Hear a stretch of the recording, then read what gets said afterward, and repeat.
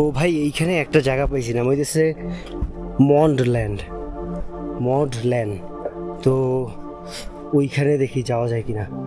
এখান থেকে 3 কিলোমিটার দূরে, বাট হাইটে যাবো, দেখি হিচেক করা যায় কিনা। কোনো যদি থাকে যারা হিচেক নিয়ে গেলে ওইখানে হিচেক করেই গেলাম। তো ভাই সিদ্ধান্ত নিয়ে ফেলছি, যেহেতু মানলেন একটা গাঁও, এখানে মসজিদও আছে, তো ওইখানে আপনার গিয়ে থাকা যায়। তাহলে আজকে রাতে ওইখানেই চলে যাই, সামনে গিয়ে কোথাও গিয়ে রেস্ট নেবো কিছুক্ষণের জন্য। পুরা দুইও সাইড ভাই আটকানো।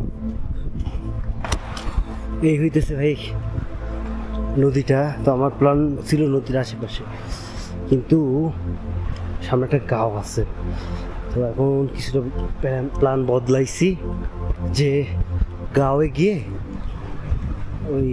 গিয়ে সাধারণ মানুষেরই দেখা যাবে।